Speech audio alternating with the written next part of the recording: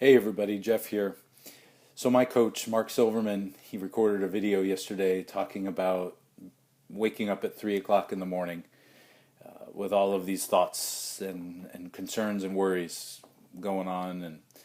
And lo and behold, you guessed it, I was up at 3 o'clock in the morning with lots on my mind, thinking about an important conversation that I needed to have with someone today, thinking about the finances of my business, thinking about some of the concerns of our family. Everybody's back at school. My oldest started third grade today. And the thing I wanted to convey in sharing my 3 a.m. moment is that you're not alone. My life may look a certain way to you on Facebook or Twitter or when we see each other in person, but I struggle too. I'm blessed to do what I do as a coach and support people to create amazing lives, amazing businesses, and to grow as leaders. But my life is challenging too, and most of the thoughts that I have, most of the naturally occurring thoughts, despite my optimism, most of those naturally occurring thoughts are negative. They're negative about myself. And it's a battle that I constantly fight.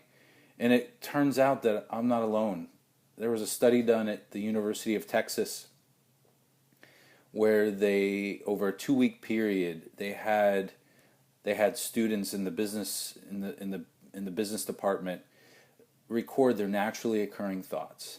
And I was surprised that what they found in this study, that 60 to 70% of the naturally occurring thoughts that the participants had were negative. Thoughts about approval or lack of approval, thoughts about control, thoughts about inferiority.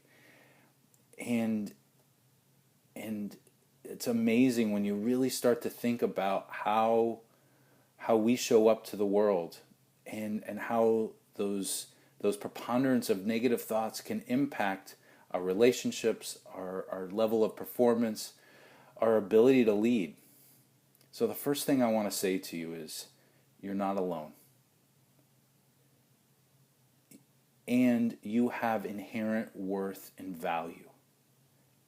By the sheer fact that you're on this rock, that you exist, you have value, you have worth. That has nothing to do at all with whether you have approval in this world, whether however you feel you compare to someone else, or whether you have power or control over any situation in your life. None of that has any relevance to the fact that you have worth and value.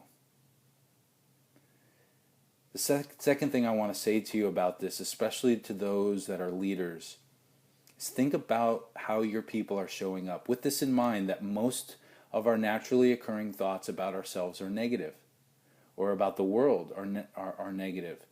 Think about how your people are showing up and the power, the ability you have to make a powerful influence on their lives by conveying the same message that I've conveyed to you, that they have value and worth. It doesn't mean that at times correction isn't needed or guidance, or maybe at some point they can't even work on your team anymore because of their performance, but that does not negate their value and worth that they have to you and that they have as a human being.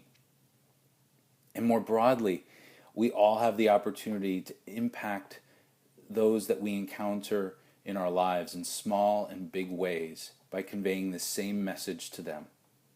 So go out, do good work, add value to those that you encounter, and serve somebody. Take care.